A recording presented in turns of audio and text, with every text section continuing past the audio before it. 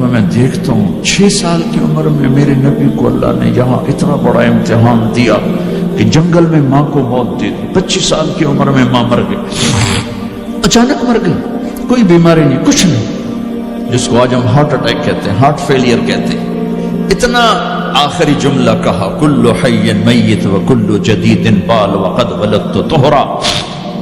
بولا نہیں جا رہا تھا تو بجھتے بجھتے بھڑکتی شمع نے کہا, بیٹا ہر زندہ نے مرنا ہے, ہر جوانی نے ڈھلنا ہے, لگتا ہے تیری ماں کا آخر آ چکا ہے, لیکن میں نے ایک بچہ جانا ہے جو سارے عالم کو پاک کر دے گا. اور شمع خاموش ہو گئی. کس طرح انہیں دفن کیا, میں وہاں کھڑا یہی سوچتا رہا کہ یہاں قبر بنائی کیسے ہوگی. پتھر ہیں, کوئی لوگ گزرے ہوں گے یا پتھر جوڑ کے. جب ام ایمن نوکرانی ساتھ ہیں, ان کو لے کر نیچے اتری, اونٹنے کے قریب پہنچی تو آپ نے ہاتھ چھڑایا اور پھر بھاگے, پہاڑی پہ چڑھ گئے. ام ایمن پیچھے گئی تو وہ منظر تھا کہ شاید اس وقت عرش بھی رو رہا ہوگا. اللہ کے نبی نے ماں کی قبر کو چمکایا ہوتا سینے کے ساتھ, قبر پہ ایسے گرے پڑے. اور جب ام ایمن قریب آئیں تو وہ نوحہ کہہ رہے تھے کہ پتھر بھی پگھل رہے تھے کہ ماں جی آپ کو تو پتا تھا آپ کے سوا میرا کوئی نہ تھا, آپ مجھے چھوڑ کے کیوں چلے گی, آپ مجھے چھوڑ کے کہاں چلے گی. ام ایمن نے اٹھانا چاہا, انکار کر لے گا, میں نہیں جاتا, میں نہیں ماں کو چھوڑ کے جاتا. کھینچ کے لے گئی, گھسٹتا ہوا بچہ پہاڑ سے اتارا. 2 دن روتے روتے مکے کا سفر ہے, پھر کھانا بھی بند ہو گیا, پینا بھی بند ہو گیا, سوائے زمزم کے چند گھونٹ پانی کے سارا دن نہ کھاتے تھے نہ پیتے تھے, اکیلے بیٹھے رہتے, نہ ماں نہ باپ نہ بھائی نہ بہن.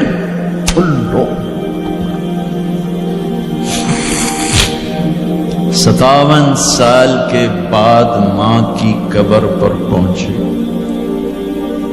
اور قبر کے سرہانے آ کر بیٹھے, گوڈے اوپر اٹھائے اور ہاتھ یہاں رکھے اور سر گوڈوں میں دے, جیسے چھوٹے بچے رونے کی پوزیشن بناتے ہیں. یہ چھوٹی جگہ میں دکھا نہیں سکتا.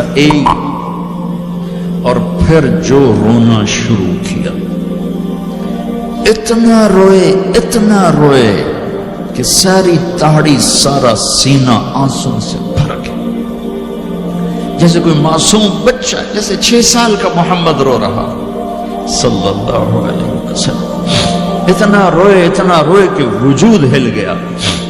اور پھر فرمایا کہ میں آگے نہیں جاؤں گا, میں رات یہیں رہوں گا. تم کیا جانو رشتے کیا ہوتے ہیں, تمہیں صرف پونڈ گننے آتے ہیں. تم سے مراد میں بھی اور سارے بھی ناراض نہ ہو جاؤ, ساری امت کا یہی حال. رات وہاں گزاری, ہائے کیا کہہ رہے ہیں, کاش میری ماں کبھی ہوتی, میں ایسی خدمت کرتا کہ بریڈ فورڈ والے بھی یاد کرتے ہیں, میں ایسی خدمت کرتا کہ میں عشاء کی نماز کے مصلی پر کھڑا ہوتا اور سورت فاتحہ پڑھ رہا ہوتا, اور پھر ادھر سے میری ماں کہتی محمد, تو میں نماز توڑ کے کہتا لبیک اماں جی, ماں جی حاضر ہوں, ماں جی حاضر.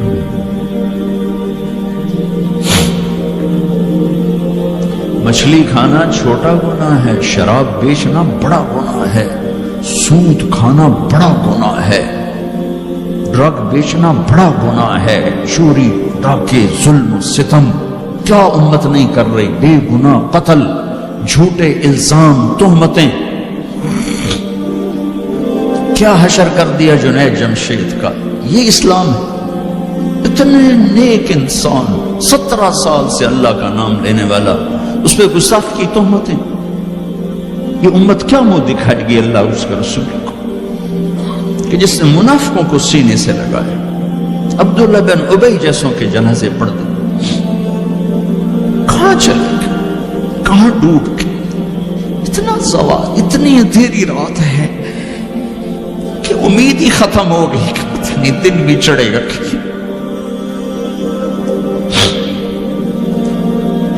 دین کے نام لینے والے جب دین کو ذبح کرنے پہ آ جائیں، ممبر پہ بیٹھنے والے جب نفرتوں کی آگ بھڑکانے لگے، کس سے غلطی نہیں ہوتی. ایک پاک انبیاء کی ذات ہے جن کی زبان پہ اللہ بولتا. باقی طارق جمیل روزانہ مجھے 40 سال ہو گئے بیان کرتے ہوئے، میں خطا نہیں کروں گا تو اور کیا کروں گا. مجھ سے پوچھو تو صحیح، میں غلطی سے کہہ گیا، جان بوجھ کے کہہ گیا، ہو سکتا میں نے غلطی سے کہہ دیا. اللہ نے توبہ رکھی ہے، کفر کی توبہ. یہ میں درد سے بول رہا ہوں، زوال ہے، زوال خوفناک زوال ہے. جب ممبر پہ بیٹھنے والے دین سے اتنے دور چلے گئے. طلحہ نے نبوت کا دعویٰ کیا اور لڑائی کی صحابہ سے. عکاشہ بن محسن جیسے بدری صحابی کو شہید کیا، اتنے بڑے مقام کے صحابی کو شہید کیا. اور حضرت عمر کے زمانے میں توبہ کرنے آیا، آپ نے گلے لگا لیا توبہ تو سب کفر کے نبوت کے دعوے. میرا اللہ کہتا میں تو ہر بیان میں کہہ رہا ہوں کہ دھرتی گناہوں سے بھر کے ایک دفعہ کہو یا اللہ میری توبہ، تو اللہ کہتا جاؤ سب معاف کیا. یہ میں زوال بتاؤ. آج امت کتنی پستی میں چلی گئی ہے، کس قدر فرقہ واریت نے ایک اجتہا کی شکل اختیار کر لی ہے.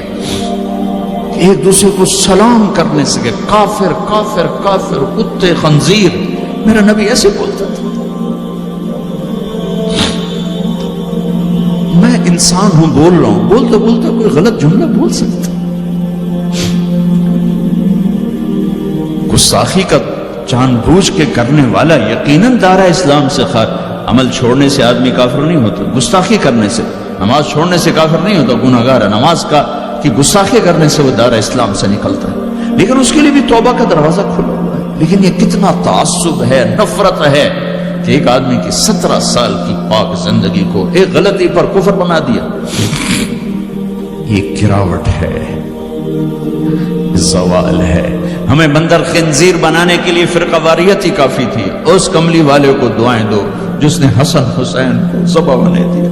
تمہارے لیے میری امت کے ساتھ کیا کرنا، پوچھ کے ہو. اور وہاں سے جواب آتا ہے ساتھ دوں گا. ایک لمحہ جہاں سانس کا تار ٹوٹتا ہے، اس کے اگلے لمحے طارق جمیل ہٹ کر میت آ جاتا، مولانا ہٹ کے ڈیڈ باڈی آ جاتا، ہاتھوں سے اٹھا کر زمین کی تہ میں دبا کے واپس آ کر کسی کو یاد نہیں ہوتا کوئی ماں تھی جو راتوں کو تڑپتی تھی. کہیں بھی کوئی یاد نہیں کرتا کہ کوئی تھا، کسی کو یاد نہیں آتا ہے. یہ بے رحم دنیا کا بے رحم قانون ہے. لہذا جنہوں نے بے وفائی کرنی ہے ان کے لیے اس وفاؤں والے اللہ کو نہ چھوڑو. جنہوں نے بے وفائی کرنی ہے ان کی وجہ سے وفاؤں والے محمد مصطفیٰ صلی اللہ علیہ وسلم کا دامن مت چھوڑو. جس دن اللہ کے سامنے پیش ہونا ہے وہ میری آپ کی عزت اور ذلت کا فیصلہ ہے، کامیابی ناکامی کا فیصلہ ہے، بلندی اور پستی کا فیصلہ ہے، جنت اور جہنم کا فیصلہ ہے. یہاں چیزوں کو تولا جاتا ہے، لوگوں کو ڈالر میں تولا جاتا ہے، سونے چاندی میں تولا جاتا ہے، گاڑیوں گھر میں تولا جاتا ہے.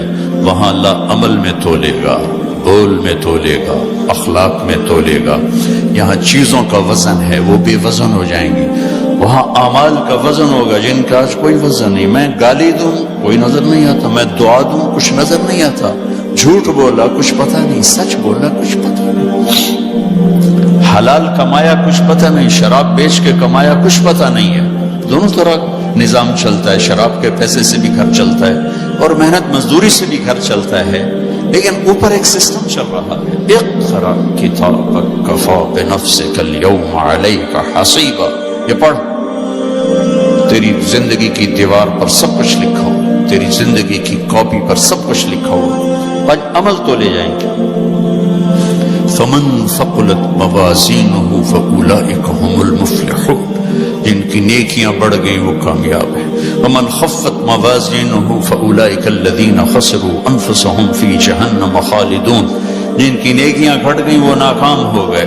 یا ویلنا من بعثنا من مرقدنا، کہیں گے ہائے ہم اٹھائے ہی نہ جاتے، ہم اٹھائے ہی نہ جاتے.